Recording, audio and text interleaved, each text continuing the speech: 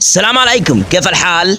انت عارف وقت تكون الشغلة مستعصية عليك وما لاقي لها حل وتنتظرها بفارغ الصبر تزبط واخر شي تزبط كذا تصير تسوي ايوه. بكل بساطة فكرة المقطع مواهب غريبة واشياء لن تصدق انها حدثت لولا ان يتم تصويرها. انتوا عارفين هذه اللعبة اللي كنا نلعبها وقت اللي كنا صغار منذ نعومة اظافرنا؟ ذا ابن الذين لعبها بالواقع. أنا ما أبغى شيء منك، أبغى أعرف وش هو شعورك يا ابن الذين آمنوا. والله ما أدري إذا آمنوا ولا لا، ولكن وش هو شعورك؟ كوكب اليابان كل شيء جميل وكيوت لدرجة أنه معدوم الخصوصية بفندق الكبسولة، وهذه إذا فكرت لمجرد تفكير أنك تعديها راح تاكل لكمة.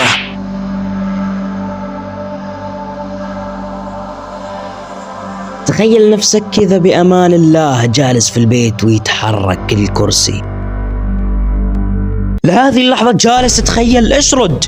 تخيل تكون موهبتك ركوب الأمواج وتركب الأمواج وتكون في البحر ويصير شيء خطير ويطلع لك حوتين تحت الموية. وش بتسوي حوتين تحت الموية؟ هذه أغرب جلسة أشوفها بحياتي. هذه البنت تعبث بقوانين الفيزياء. ذا رجل مقعد على كرسي متحرك يبغى يلحق الباب قبل ما يسكر، ولكن الله أعطاك عقل شغله يا أخي، يعني بالله عليك ذا الشيء صح. دقيقة خويي يستناني. تخيل نفسك جالس في البيت تتفرج على فيلم حماسي وأكشن وإثارة ويجيك ذا الضيف. يعني للأمانة لو أنا جاني كذا ضيف سأسحب سيفي وأهمشه تهميشا لأني كنت أتفرج على أكشن. يعني مواقف خواريف يساعدوا حبيباتهم يتخرفنوا ويصحطوا معاهم يا للهول.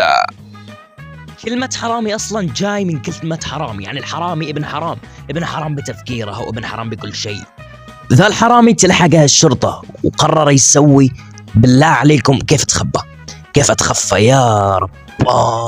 مستحيل. وين الحرامي؟ شكله مو هنا. خلاص روحوا مو هنا. ايوه يلا خلنا نطلع. مو هنا، بس انا شفته فات هنا. لا مو هنا. خلاص روح مو هنا الحرامي يا اخي. يلا نطلع. سكر الباب يا معفن. يلا. انا بحبك. ايوه انا بحبك. يو شو هذا اللي جاي من بعيد؟ هروب حصان.